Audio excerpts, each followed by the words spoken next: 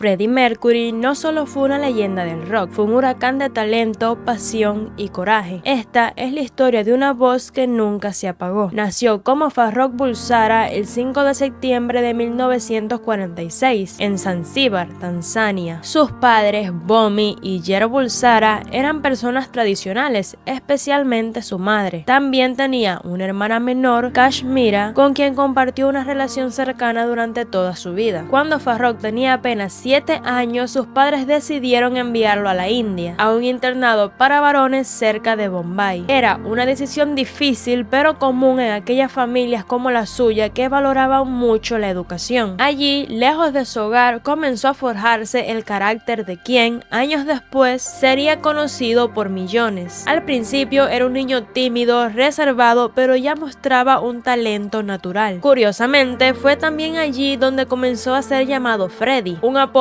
cariñoso que usaban sus compañeros y terminaría por acompañarlo el resto de su vida. Participó en varias obras de teatro y conciertos escolares. Fue en esa época que se unió a una banda escolar llamada The Hectics, donde tocaba el piano. A mediados de los años 60, Zanzíbar enfrentaba una fuerte crisis política. En 1964 estalló una revolución que buscaba derrocar al sultán y el ambiente se volvió peligroso, especialmente para las familias de origen indio como la suya. Ante la creciente tensión y los episodios de violencia que comenzaron a estallar en las calles, los Bulsara tomaron una decisión difícil pero necesaria: dejarlo todo atrás y mudarse a Inglaterra en busca de seguridad y estabilidad. Y así fue como llegaron a Londres. Allí continuó sus estudios. Al principio, como todo joven inmigrante, tuvo que adaptarse a un entorno nuevo, a un idioma diferente y a una sociedad que no siempre era acogedora con los que venían de afuera. Después de terminar la educación secundaria, estudió diseño gráfico y arte, adquiriendo conocimientos que luego utilizaría para crear el logo de Queen y de algunos de sus discos. A mediados de los años 70, dos estudiantes de la Universidad de Londres, Brian May y Roger Taylor, habían formado una banda llamada Smile. La banda, aunque talentosa, no lograba despegar del todo. Luego se unió un nuevo bajista, John Deacon, quien sumó su toque único al sonido de la banda. A pesar de los avances, seguían buscando algo más, algo que los diferenciara del resto. Fue en ese momento que el destino los llevó a Freddie Mercury. En una noche, Freddie vio a Smile tocar en un club de Londres y no pasó mucho tiempo para que sintiera que él podía aportar algo mucho más grande. De hecho, fue Freddie quien, con su carácter y visión, sugirió cambiar el nombre a Queen, una palabra que capturaba perfectamente la majestuosidad y la originalidad que él deseaba transmitir. Aunque sus compañeros al principio dudaron, pronto se dieron cuenta de que Freddie tenía la chispa necesaria para llevarlos a otro nivel. Con el nombre ahora oficial de Queen, la banda comenzó a afianzarse, aunque no de inmediato. Al principio enfrentaron muchas dificultades, desde la falta de apoyo de las discográficas hasta la lucha por encontrar su propio sonido. El primer álbum de la banda, llamado Queen, fue lanzado en 1973. Fue un comienzo modesto, pero marcó la pauta de lo que vendría. La banda, ya consolidada, con Freddie en la voz, Brian May en la guitarra, Roger Taylor en la batería y John Deacon en el bajo, encontró su propio estilo, una mezcla de rock, ópera y teatralidad que atraería a miles. En el escenario, Freddie tenía una presencia arrolladora, se transformaba, dominaba el espacio con su energía y su voz era capaz de conectar con cualquier persona. Era impredecible y audaz. Fuera del escenario podía ser más reservado, aunque siempre mantuvo su sentido del humor afilado y su espíritu creativo. Mercury conoció a Mary Austin en 1969, cuando ella tenía 19 años, y él ya comenzaba a dar sus primeros pasos en la música. La historia de su encuentro tiene algo de mágico, pues ocurrió en un pequeño café de Londres, donde Mary trabajaba como vendedora en una tienda de ropa. Freddie, que en ese momento no era famoso, estaba buscando una oportunidad para encaminar su carrera. Mary era distinta de las chicas con las que Freddie solía salir, pero algo en ella lo cautivó desde el principio. Se hicieron muy cercanos rápidamente y fue una amistad que con el tiempo se transformó en una relación romántica. Freddie la consideraba su alma gemela, y aunque su relación fue compleja y marcada por la fama y tensiones personales, Mary jugó un papel fundamental en su vida. En 1975, Queen presentó al mundo el álbum Una noche en la ópera. La canción que hizo historia fue Bohemian Rhapsody. Esta pieza monumental, escrita por Freddie Mercury, no solo sorprendió por su longitud y estructura poco convencional, sino que también unió varios géneros musicales, desde balada hasta rock operático. Su impacto fue inmediato, convirtiéndose en un himno y catapultando a Queen a la fama mundial. Pero Una noche en la ópera no se limitó solamente a Bohemian Rhapsody. El álbum está lleno de joyas musicales como You Are My Best Friend y Love of My Life, una balada íntima escrita por Freddie and Mary. Mientras otros grupos de la época seguían fórmulas conocidas, Queen se arriesgó a ser diferente, y el resultado fue un disco que no solo definió su sonido, sino que también dejó una huella imborrable en la música popular. Freddie tenía una relación de años con Mary Austin, con quien estaba comprometido, pero este matrimonio nunca se concretó, ya que a pesar de su amor, Freddie no podía ignorar la atracción que sentía hacia los hombres. En algún punto de su relación, él le contó a su prometida lo que sentía por los hombres y ella lo aceptó y entendió. A pesar de esto, Mary siempre tuvo un lugar especial en su vida y siguió siendo una amiga cercana y su confidente. Durante la década de los años 70 y 80, Freddie tuvo varias relaciones con hombres, aunque nunca las hizo públicas. Mercury era conocido por organizar fiestas legendarias, extravagantes y llenas de excesos, especialmente en los años de mayor éxito de Queen, durante finales de los años 70 y comienzo de los años 80. Una de las más famosas fue la que realizó en Múnich por su cumpleaños número 39. Se dice que hubo más de 300 invitados disfrazados, espectáculos de drag queens, bailarines exóticos y montañas de champán. Las cámaras estaban prohibidas y todo lo que ocurría allí se quedaba allí. Amaba profundamente a los gatos. Durante su vida llegó a tener al menos 10 y muchos de ellos vivían con él en su casa de Londres. Cada uno tenía su propia personalidad y los trataba como miembros de la familia. Cuando estaba de gira solía llamar por teléfono para hablar con ellos. Incluso les enviaba postales desde diferentes partes del mundo. Delilah, una gata atigrada, fue su favorita. Le dedicó una canción en el álbum Innuendo, donde la describe con ternura, travesura y mucho cariño. También mandó a pintar retratos con sus gatos y mandó a hacer ropa con sus imágenes. Jean Houghton fue una de las personas más importantes en la vida de Freddie, especialmente en los últimos años. Se conocieron a mediados de los años 80 en un bar de Londres. Jim era irlandés, tranquilo, reservado y trabajaba como peluquero. Al comienzo no fue fácil para ellos. La relación no empezó de inmediato, pero con el tiempo se volvieron inseparables. El concierto Live Aid, celebrado el 13 de julio de 1985, es considerado uno de los momentos más legendarios en la historia del rock y fue sin duda el escenario en el que Freddie brilló como nunca. Queen no era la banda principal ese día. De hecho, su popularidad había bajado un poco en los años previos, pero cuando subieron al escenario algo cambió. El Live Aid fue un concierto benéfico. Su objetivo era recaudar fondos para combatir la grave hambruna que se estaba viviendo en Etiopía. Participaron más de 70 artistas de renombre, incluyendo a Elton John, Madonna, The Who, Mick